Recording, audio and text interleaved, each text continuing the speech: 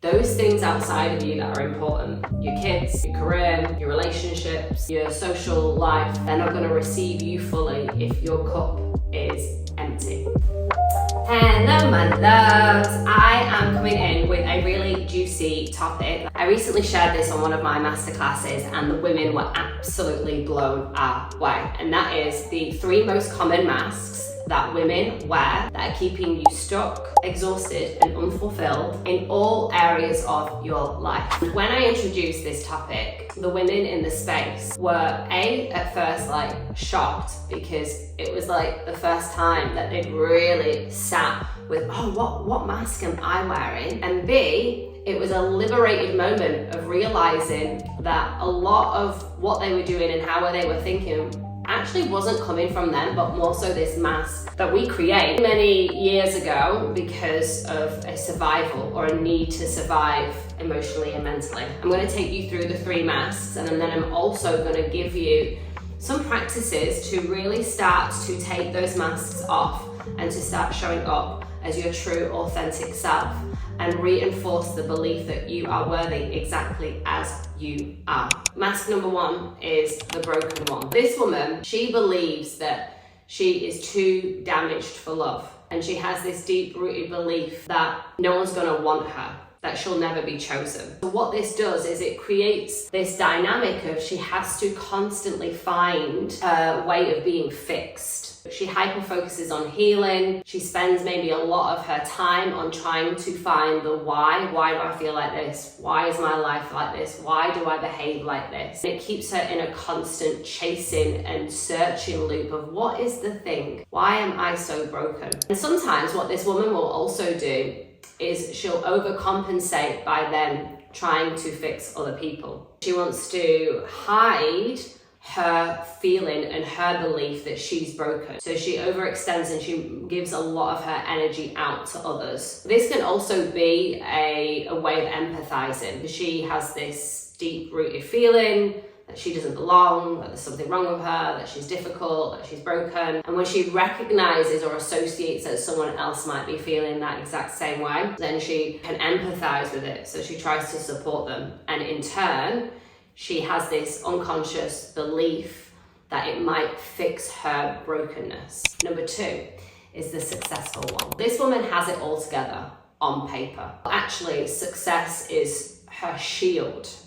It's her armoring. It's how she projects herself and her worth onto the world to say, hey, I'm successful, I'm all good. But what it transpires to is deep down, she doesn't believe that anyone can really hold her or support her. So she has to be successful in her own right and figure it all out. Also, she does have this fear that if all of the success was to go away, would she be as impressive? So it's almost like hiding behind titles, hiding behind what she has, hiding behind what she has done and what she has achieved. That is a way to be hey, don't look at me, look at this. Don't look at the real me, look at everything that I've achieved. Because there is an insecurity in who she really is at the core. Number 3 is the strong one. Everybody's rock. So this woman is there for everyone. She has everyone's needs and wants as a priority in her own mindset. She doesn't ask for help. In fact, asking for help kind of isn't in her vocabulary. The thought of asking for help would really make her bones shudder.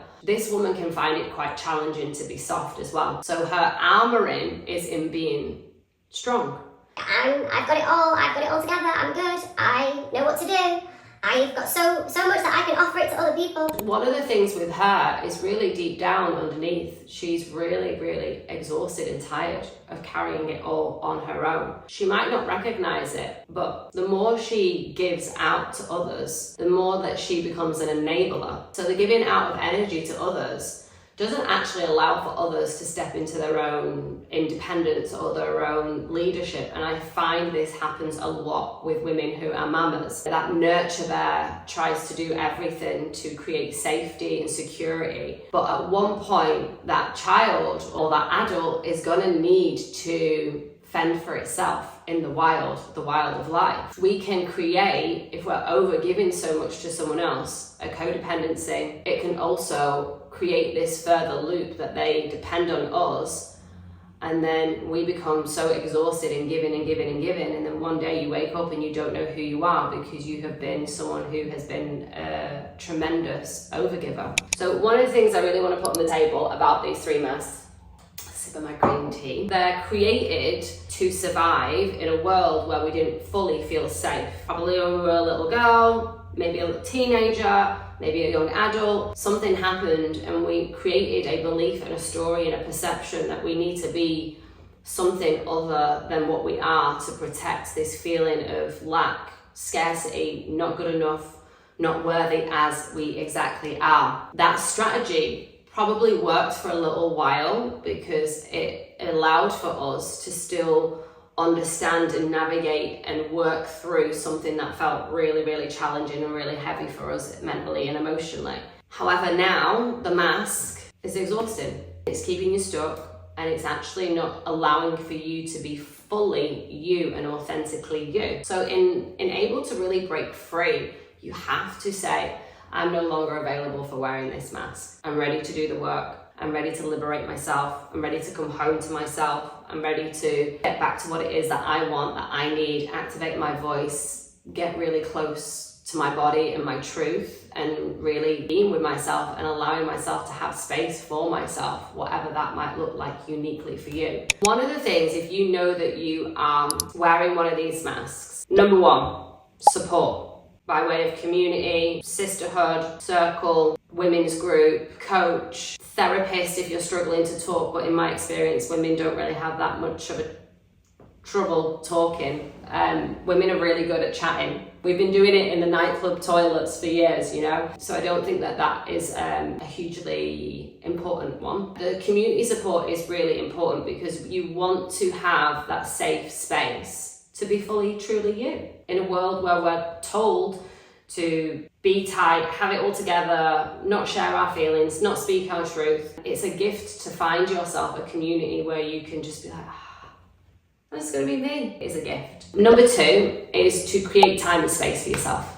Yeah, and I know if you're a busy woman and you've got tons on your to-do list, you've got the kids, the dogs, the career, the house, the social activities, all the things. I know what's going on in your mind is like, well, I don't have time. And I'm going to invite you to find some. I'm going to invite you to start saying no. And that might trigger you a little bit because no might be a word that isn't well used in your vocabulary. But this is the moment in your life where you get to start living it and you get to start really giving back to yourself, because those things outside of you that are important, your kids, your career, your relationships, your social life, they're not going to receive you fully if your cup is empty. And number 3 is to start getting back into your body. Start re-inhabiting your body. And what I mean by that is honoring your mental capacity and what it is that is going on in your mind, whether it is the stories, the belief systems, all of the things that are either triggering you or elevating you. You get to be with both of those things. Your emotional body, you get to honor your emotions, all of them. The whole spectrum of emotions is valid.